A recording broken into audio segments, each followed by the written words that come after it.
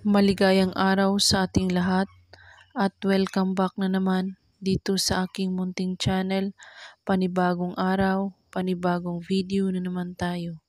Sa araw na ito ay may ituturo ako sa inyo na simpleng gabay at simpleng pamamaraan.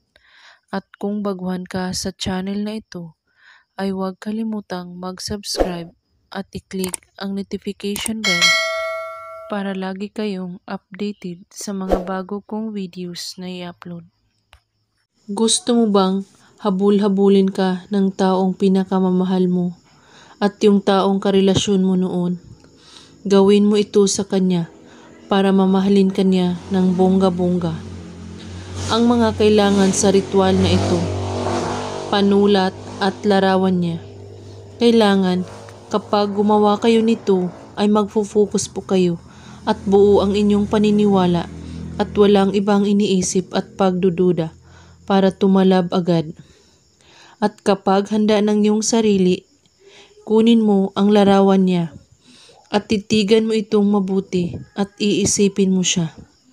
At pagkatapos, isulat mo ang kanyang pangalan at apelyido. At sa baba, isulat mo ang hiling na ito. Habul-habulin mo ako. 7 times mo ito isusulat sa kanyang larawan. At pagkatapos, ilagay mo ang larawan niya sa ilalim ng iyong unan. At tulugan mo ito. At pagising mo sa umaga, ay hawakan mo ang larawan niya. At banggitin mo ang pangalan at apelyido niya. At sabihin mo, habul-habulin mo ako. At pagkatapos mong isagawa ang ritual, ay ibalik mo ito sa unan.